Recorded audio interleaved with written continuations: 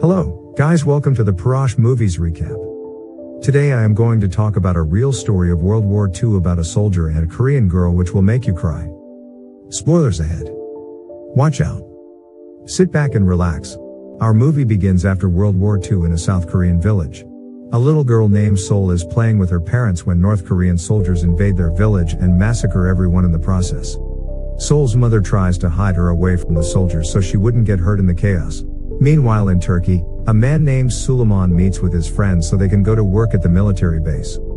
However, he sees his lover, Nurin, standing outside her house so she can see him off before he goes to work. At the base, Suleiman meets with his commanding officer, and he informs him that he's getting stationed in South Korea. Although Suleiman is scared, he obeys his orders. Later that night, Suleiman talks to Nurin about him going to war. She argues with him not to go, but Suleiman has no choice. He then reassures her that he'll come back for her, so they can get married. And Nurin kisses him goodbye. Afterward, Suleiman sails to South Korea with his friend, Ali. He tries his best to comfort Nurin and his family by sending them letters every day. Also, a man named Masoud talks with Suleiman about helping him get rid of the ants in his room, but Suleiman refuses to kill them and brings them sugar instead so they can leave the room. Masoud then is feeling hopeless as this man is being sent to war, and he doesn't even kill ants. In Busan, Suleiman and the rest of the soldiers are landing in the city. They're being informed that they'll have to defend the country's borders. But once they make it to the camp, Masoud tells them that the Americans took care of it and that the fighting is over. Unfortunately, the entire camp gets ambushed just after that by the enemy planes.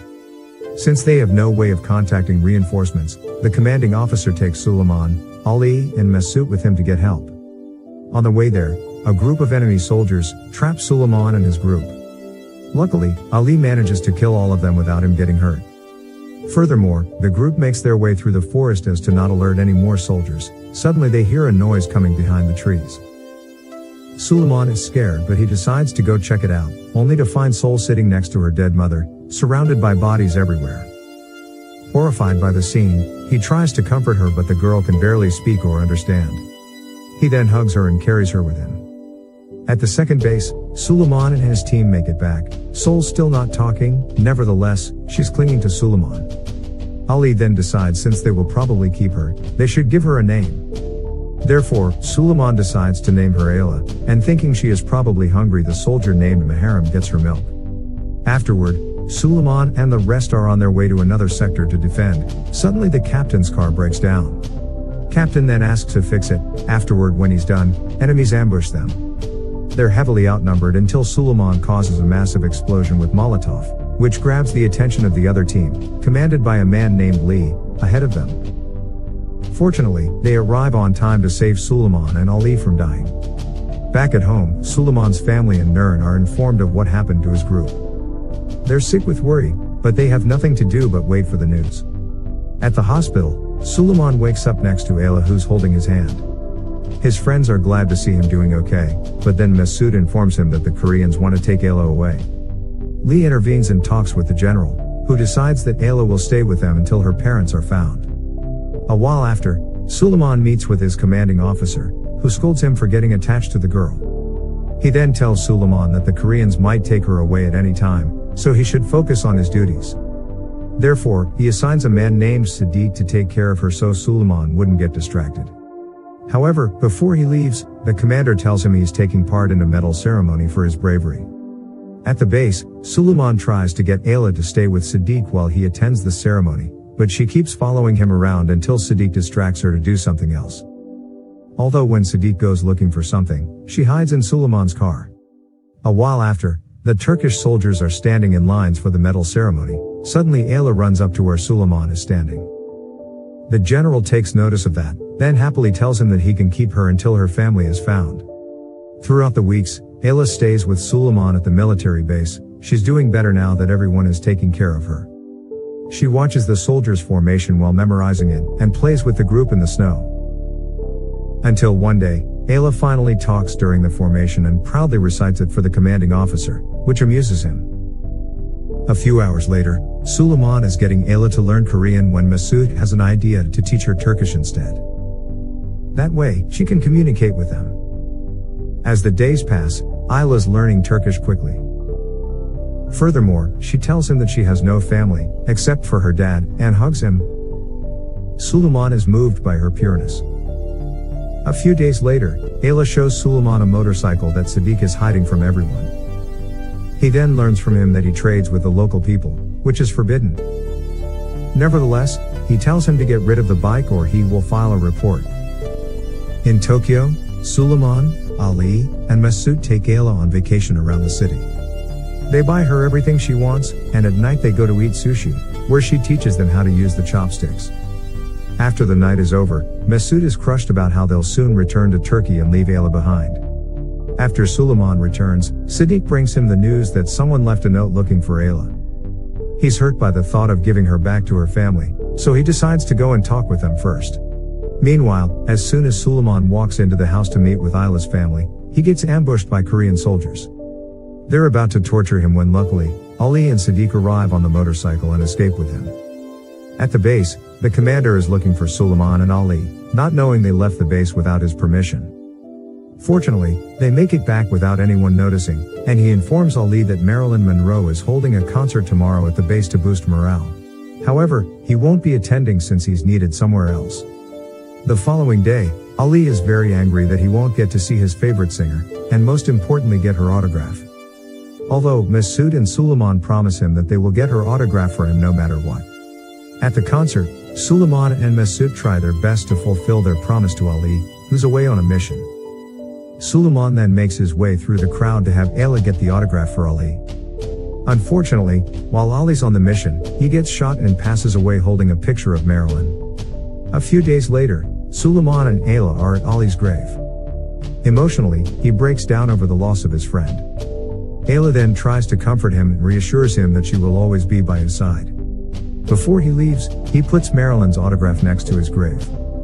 A year later, the colonel informs the soldiers at the base that they've done their duties, and some new soldiers will come in their place, while they get to go home. Everyone is relieved except for Suleiman, who doesn't want to leave Ayla behind. Determined, he volunteers to stay at the base so he can take care of her. Meanwhile, at home, Suleiman's family and Nurin are devastated by his choice of staying in South Korea. As a last attempt, Nurin requests a song on the radio for Suleiman to hear, and upon hearing it, Suleiman feels that he's neglecting everyone back home. At the commander's office, Suleiman's actions are angering the commander. He then yells at him that he's disobeying orders by refusing to leave. However, Suleiman tells him that if he can have Ayla come with him to Turkey, he will leave. Nevertheless, the commander ends the conversation by saying that she's a Korean citizen and that she will stay. A few hours later, the colonel summons Suleiman to inform him that he's on a ship leaving the following Friday. As for Ayla, she will be enrolled in a boarding school with other Korean children. Suleiman is desperate that he sees the school first before deciding to leave Ayla. At the school, Suleiman takes Ayla with him to get familiar with the other students. He then tells her if she sings the national anthem louder than anyone else, he will always be proud of her. With a heavy heart, he leaves her behind. However, she follows him outside while crying, and tells him not to leave her. Persistent, he decides to run away with her. At the base, Suleiman has a plan in mind to hide Ayla in his suitcase, so he can pass the checkpoint with ease. Although Suleiman does go without anyone checking his suitcase, unfortunately, he doesn't get very far before Masoud runs up to him to tell him that Ayla is missing. He then suspects Suleiman has something to do with it and demands to search his suitcase. Consequently, Masoud finds Ayla in it. Afterward, Masoud offers to hide what Suleiman did.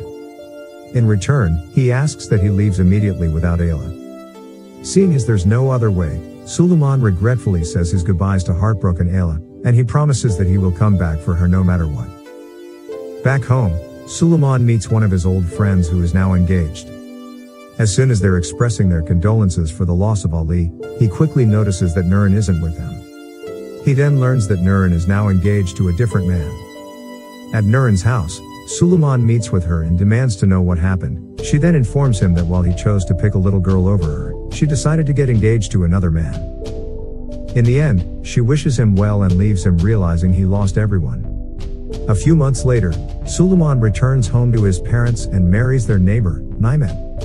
It starts as a loveless marriage at first, but Nimet tries to get closer to him by having him explain what happened to Ayla. Suleiman complies, Then she offers to help him find her. As the days pass, Nimet and Suleiman try their best to find Ayla, but their searches turn nothing up. 47 years later, Suleiman and Nimet wake up to an earthquake. They're both shaken by what's happening.